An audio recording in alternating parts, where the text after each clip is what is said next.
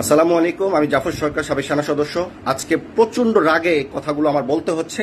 নাগরিক পার্টির যে নেতা সার্জিস আলম, যেটা বিতর্কিত একটা বেয়াদব ছেলে, সে আজকে ফেসবুক সে আজকে তার বক্তব্যের মধ্যে স্পষ্টভাবে বলে দিয়েছে তার এলাকায় এবং নাগরিক পার্টির সকল নেতাদেরকে বলেছে প্রত্যেকের জন্য 4টা করে ফেসবুক আইডি খোলা হয়। সেই আইডি দিয়ে অর্থ এলাকা যার যার এলাকার বড় বড় নেতা কর্মীদের মুখোশ উন্মোচন করার জন্য, যাতে জনগণ তাদের বিপক্ষে যায়, নাগরিক পার্টির পক্ষে আসে। কত বড় বেয়াদব হলে এই ধরনের কাজ করে, রাষ্ট্রদ্রোহী, জনগণ বিরোধী এবং মানহানি বিরোধী সে কাজ করে যাচ্ছে। কারণ জনগণ তাদেরকে সাপোর্ট দেয় না, জনগণ তাদেরকে পছন্দ করে না।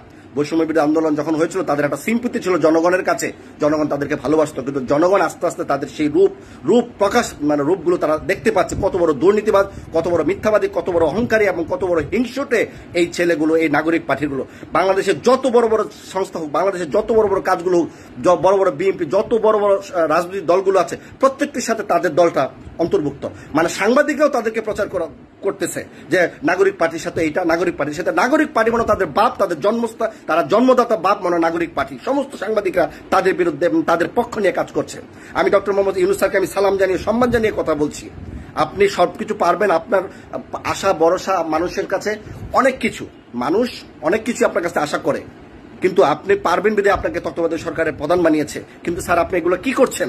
প্রত্যেকটা সচিবালয়ে, বাংলাদেশের প্রত্যেকটা গুরুত্বপূর্ণ স্থান, সবচেয়ে একটা সেন্সিটিভ একটা এলাকা, সেন্সিটিভ একটা দপ্তর হচ্ছে আমাদের সচিবালয়। সেই সচিবালয়ে প্রত্যেকটা দপ্তরে ছাত্র সমন্বয়কদের 1জন 2জন করে ছেলে দিয়ে রাখছে। ওইখানে বাধ্যতামূলক কাউকে হস্তক্ষেপ করা হচ্ছে।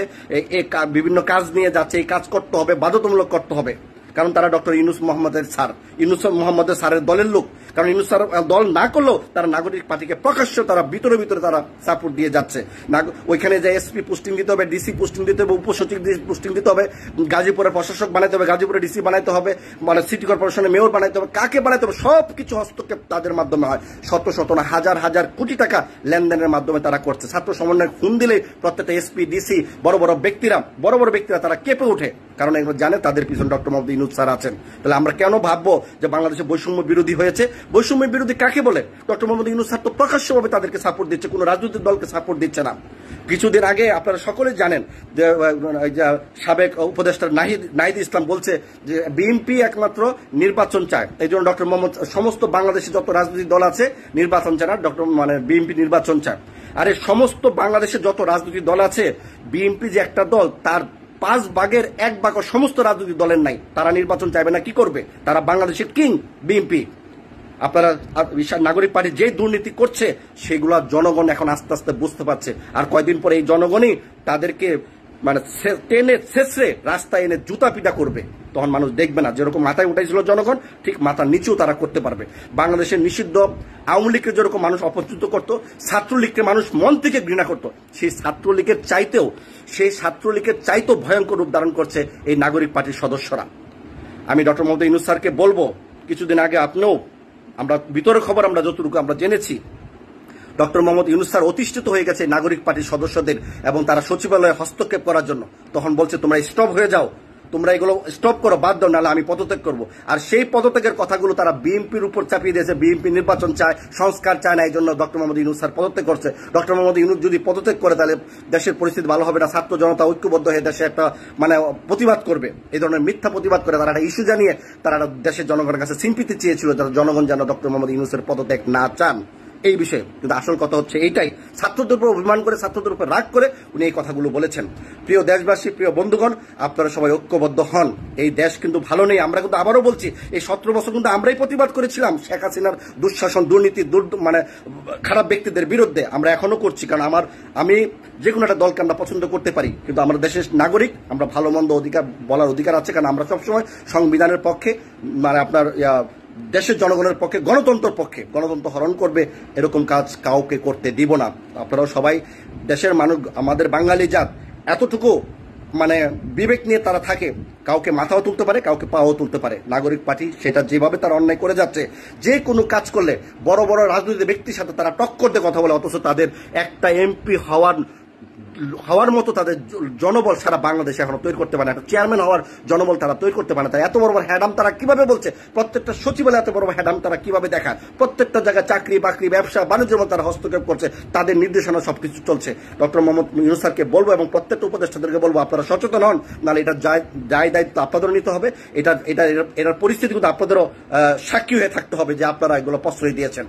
আমি নাগরিক পার্টির বিরুদ্ধে নয়, সবার বিরুদ্ধে নয়, যে কথাগুলো বলছি সেগুলো কিন্তু আপনারা মন দিয়ে বুঝবেন যে তারা কি করতে চাচ্ছে। যেখানে বাংলাদেশে সুপ্রিম কোর্ট, হাইকোর্ট, ঢাকা উত্তর সিটি কর্পোরেশনের মেয়র ইঞ্জিনিয়ার ইশরাক হোসেনের পক্ষে রায় দিয়েছে শপথ পড়ার জন্য, সেইখানে আপনার আসিফ মাহমুদ সজীব ভুইয়া উনি এটাকে হস্তক্ষেপ করে এটাকে স্টপ করিয়েছেন। কিন্তু ইশরাক হোসেনের জনপ্রিয়তা সারা বাংলাদেশের আওয়ামী লীগ ছাড়া, মানে আওয়ামী লীগের লোকজন ছাড়া সারা বাংলাদেশের মানুষ তার পক্ষে ছিল, তার জনপ্রিয়তা দেখেছে, তার জনপ্রিয়তার পক্ষে। সেই ব্যক্তিকে তারা মাইনাস করে, মানে আইনের মধ্যে মানে জটিলতা আছে এগুলো প্রকাশ করে, তারা কত বড় স্টুপিড, তারা কত বড় ক্ষমতাবান হয়ে গেছে যে মানে সুপ্রিম কোর্টের বিরুদ্ধে তারা কথা বলছে।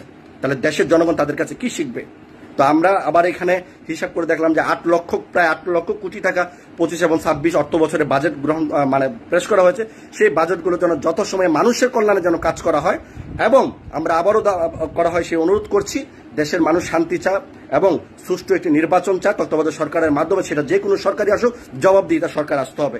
আমি সকলের কাছে আবার অনুরোধ জানাবো, এই নাগরিক পার্টিকে আপনারা বয়কট করুন।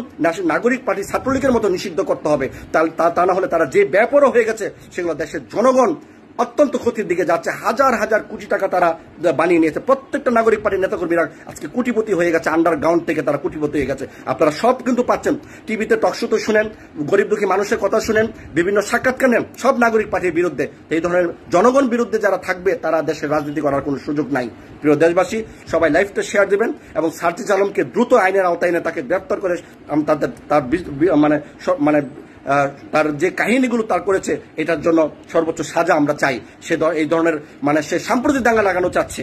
সে ফেক আইডি খুলে তার নেতাদেরকে বলেছে, কর্মীদেরকে বলেছে, ফেসবুকে 4টি করে ফেক আইডি খুলে বড় বড় নেতা কর্মীদের তাদের চেহারা ফেস উন্মোচন করার জন্য। এটা কত বড় অসভ্যতা এবং কত বড় নিমকহারাম, কত বড় চুরি। সে প্রকাশ্যে এই ধরনের কথা বলে কোন হ্যাডমে গোদার কথা বলছে, তাকে দ্রুত আইনের আওতায় এনে তাকে সাজা গ্রহণ করার জন্য আমি আইন শৃঙ্খলা বাহিনী এবং সরকারের প্রতি দৃষ্টি আকর্ষণ করছি। ধন্যবাদ সবাইকে, সবাই লাইভটা শেয়ার দেবেন। আসসালামু আলাইকুম। প্রিয় দর্শক, এতক্ষণ আমরা ওনার কথাগুলো শুনলাম। উনি যে বিষয়টি নিয়ে কথা বলেন, জাতীয় নাগরিক পার্টির যে বিষয়গুলো রয়েছে এবং তারা বিভিন্ন জায়গায় যে প্রভাব খাটে যে কাজগুলো করছে, এই বিষয়গুলো উনি জনসম্মুখে বলছেন এবং সেই জায়গায় ইন্টার গভর্নমেন্ট তাদের এই জাতীয় পদক্ষেপের ক্ষেত্রে এবং এই জাতীয় কর্মকাণ্ডের ক্ষেত্রে অবশ্যই তাদের নজরদারিতে রেখে বিষয়ে তদন্ত করা উচিত। এবং যেহেতু এই বিষয়গুলো উঠতেছে এবং এই জাতীয় কর্মকাণ্ড যেহেতু যদি ঘটে থাকে তাহলে অবশ্যই এটি দুঃখজনক। সেই জায়গায় জুলাই আগস্টের যাদের উপর ভরসা করে মানুষ এনসিপি দলটিকে অনেক ক্ষেত্রে মানুষ সম্মতি দিয়েছে, সেই জায়গায় তারা যে কোনো ধরনের অপকর্ম এবং বিভিন্ন যদি অপকর্মের সঙ্গে জড়িয়ে যায়, এটি কিন্তু অনেক দুঃখজনক একটি ঘটনা ঘটবে। তো সেই জায়গায় ইন্টার গভর্নমেন্ট তার সততা এবং তার প্রমাণ অবশ্যই রাখা উচিত। এবং যে বিষয়গুলো উনি বললেন, এই বিষয়গুলো যদি বাস্তব দিকে রূপ নেয় তাহলে এটি একটি ভয়ঙ্কর বিষয় হবে।